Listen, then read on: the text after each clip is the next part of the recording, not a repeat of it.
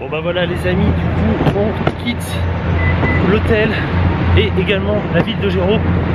Donc ce qui marque également la fin du trip de la partie campagne, parce que là maintenant direction la gare pour un long trajet, parce qu'on se dirige maintenant dans une ville, on part pour Nagoya.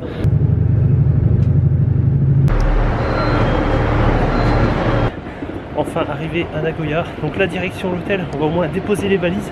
On peut pas faire le check-in pour l'instant, mais au moins déjà si on peut laisser les valises, ce sera déjà très bien. Du coup on profite des petites allées comme ça sous les arbres. Il fait super bon. Parce que j'avoue au soleil ça chauffe quand même un petit peu par rapport aux températures qu'on a eu les jours précédents. Alors que pourtant le soleil est couvert. Et pourtant le soleil est couvert, mais c'est vrai on est un peu plus dans le sud. On est moins dans les terres, moins dans les montagnes, donc tout de suite il fait plus chaud, c'est normal. On arrive enfin. Donc là d'abord on va en profiter pour faire un tour du parc, parce que tu vois tu as un parc qui est très joli à voir, et puis après on ira voir à l'intérieur du château. Alors d'ici c'est vrai que ça fait quand même assez imposant le château. Alors ce qu'il faut savoir, bon je l'avais déjà dit dans la première saison, ce n'est pas le château d'origine, étant donné qu'il avait été entièrement détruit lors d'un incendie pendant la Seconde Guerre mondiale.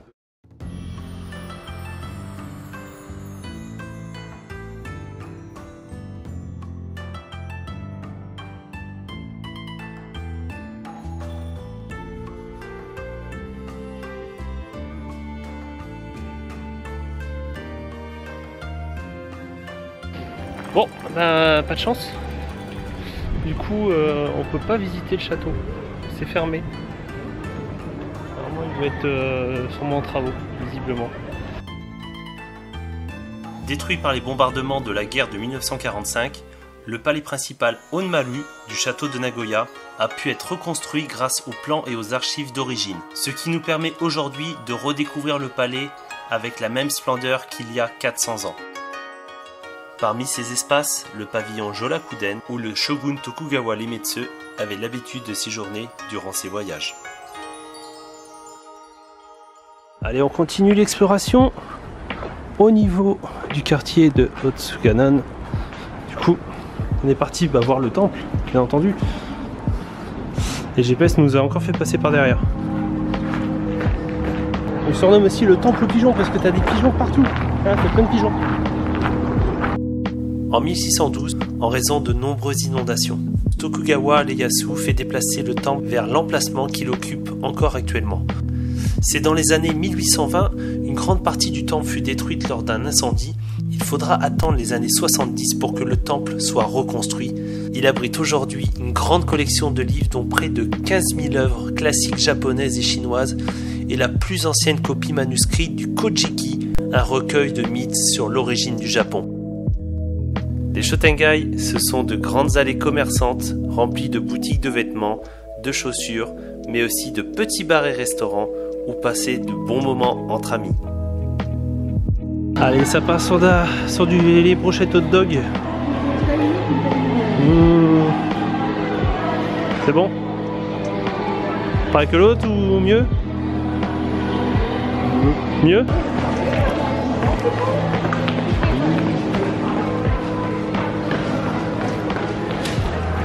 Là ça passe bien. En général, je conseille d'aller se perdre dans les petites rues annexes parce que c'est là que tu vas trouver des jolis petits temples et sanctuaires, peu connus des touristes.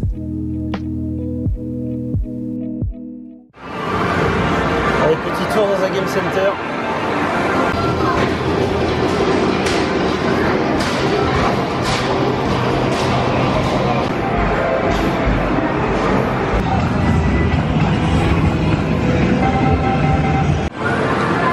Et voilà, il a craqué. Il est mignon, il est chouette. Il est joli.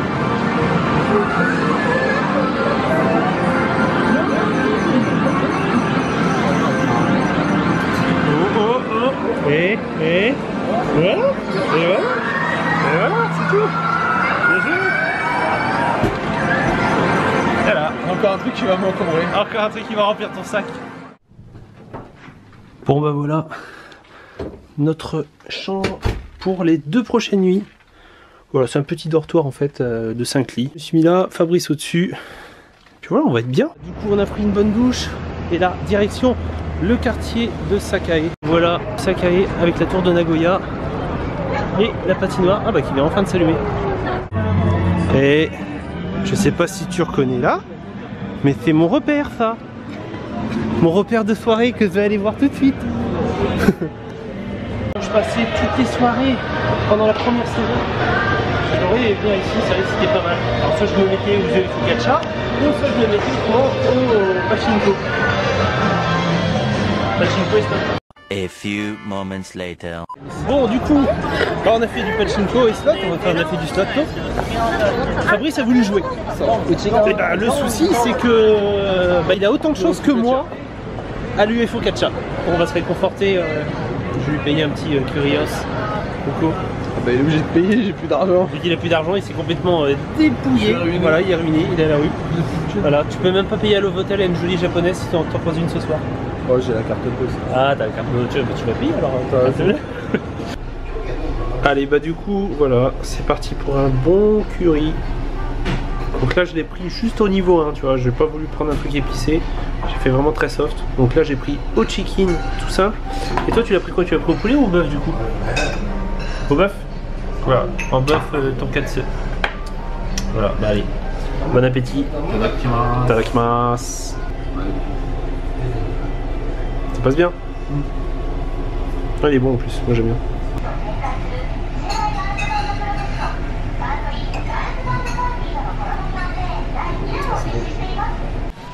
Et voilà, il y a une vidéo terminée. Je vais en profiter pour faire un petit peu mon montage. Et moi je vous retrouve du coup très vite pour une nouvelle vidéo. Allez, portez-vous bien. Ciao.